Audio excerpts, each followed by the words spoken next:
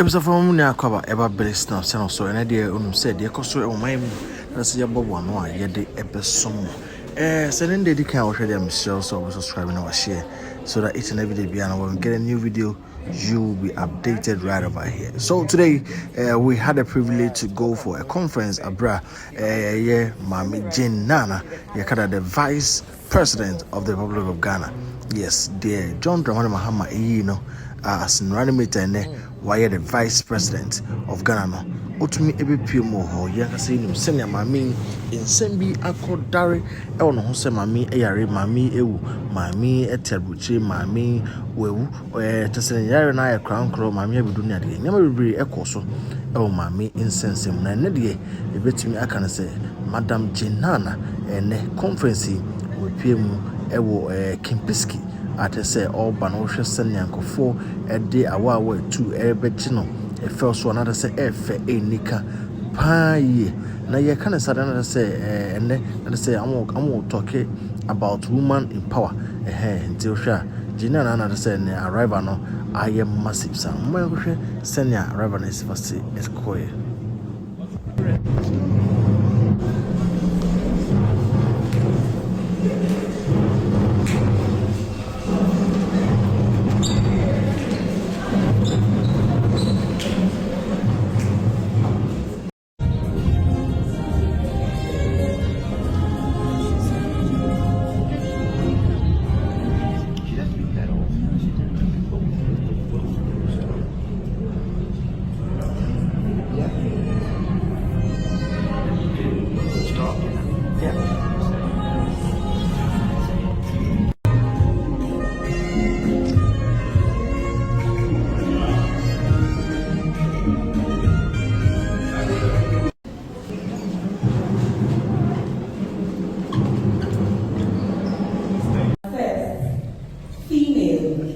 Vice President of the Republic of Ghana, Her Excellency, my boss, Professor Madam Green.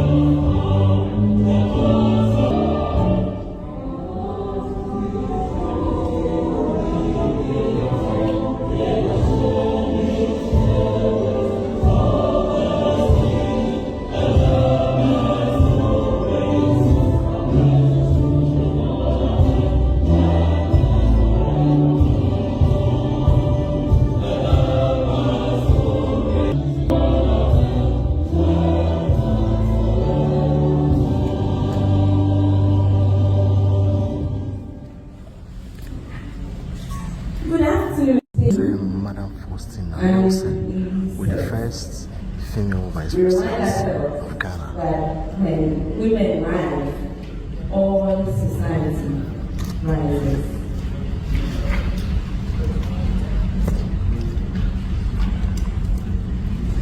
I'm giving us a minute to settle down.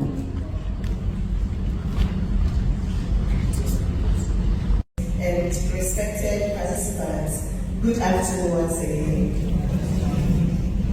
It is truly an honor to be part of this important conversation, and that will take place or shape the future of women's rights, equity, and empowerment in Ghana.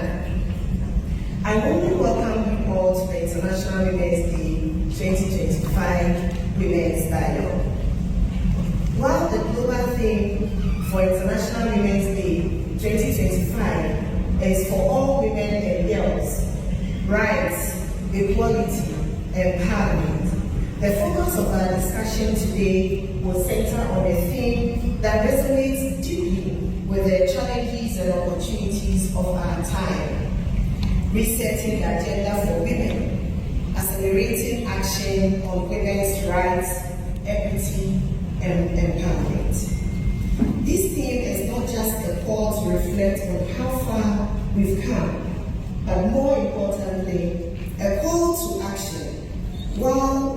many significant progress we have made many significant progress in advancing the rights and well-being of women, we must acknowledge that there is still much more to be done. The world continues to grapple with inequalities that hinder women's full participation in society. These challenges are multifaceted, spanning issues of education, healthcare, economic opportunities, and perhaps most critically, the fight for gender equality in every corner of our world. However, today is not just about identifying challenges. It is about accelerating action. This dialogue aims at resetting the agenda for women, reaffirming our commitment to advocating for gender equity, women's rights, and their empowerment, and identifying the concrete steps we must take to turn these communities' commitments into lasting transformative change. We are here to create a space for honest conversation, for shared insights, and for collective wisdom that will inspire new actionable strategies. Our collective goal is to ensure that women not only have equal rights, but are fully empowered to shape our destinies and contribute meaningfully to every sector of society.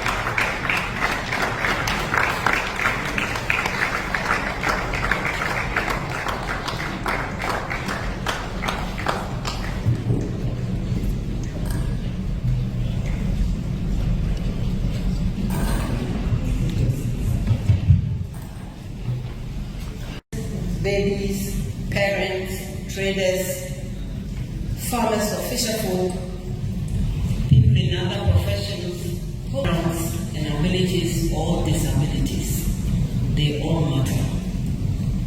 We must choose to end all forms of violence against women and girls, in whatever form it may take, in whatever rationale we can profess for it, whether human trafficking, domestic violence, accusations of witchcraft, and the resulting instant justice, child marriage, female genital mutilation, sexual violence.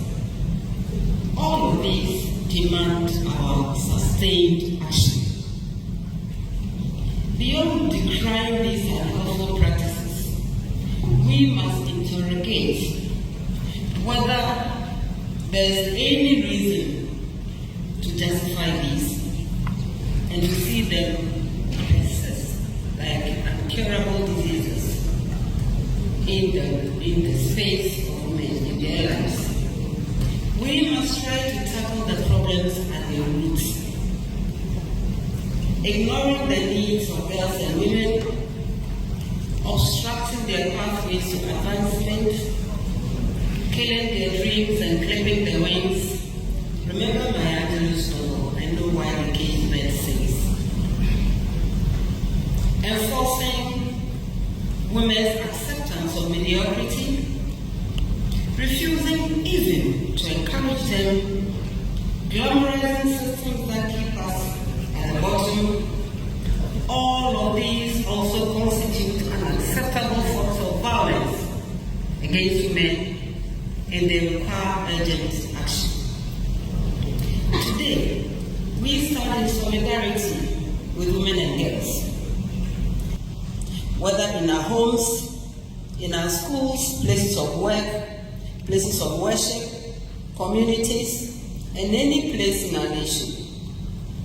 It is time for women, it is time for men too, boys and girls, to choose to end such violations of fundamental human rights. To applaud and encourage those who step forward. If we strengthen our legal systems, ease access to justice, and guarantee advancement of girls and women, if above all, I suggest, we sustain public dialogue on our achievements as well as on our challenges. If we stop denying, if we stop pretending that our problems don't exist and they surface only one day in the year,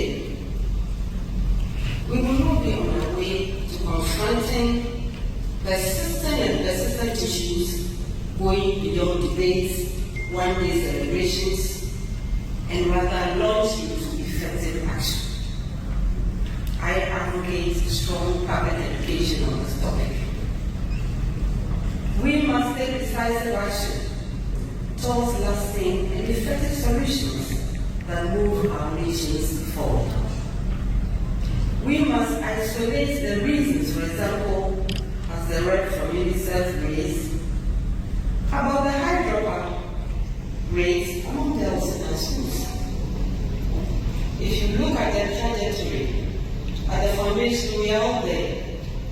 And as you move up, why do we not move out? How come in the end, the image you leave is that of an isosceles triangle? You all remember how much rugby, and what do we do with the few who rise to that top? It's very important. And it is interesting that the recommendations outlined in the final report of the Beijing platform some 30 years ago still remain. They are still valid. We haven't made as much progress as we want. There's work ahead, distinguished ladies, and I trust that we'll all put our hands to the wheel and get them in time. Or you don't have to.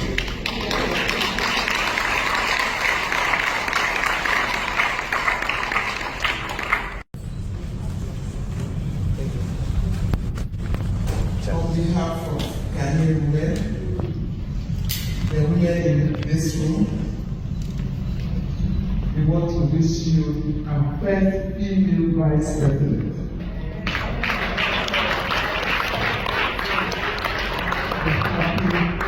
Happy International Women's Day.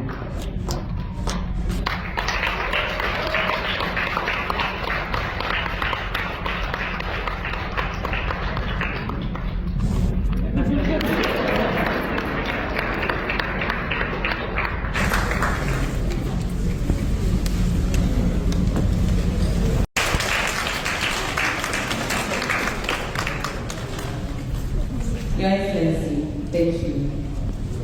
Not just for being the first, but for your commitment to shaping history every day. And see you. We appreciate you for that. Thank you so much.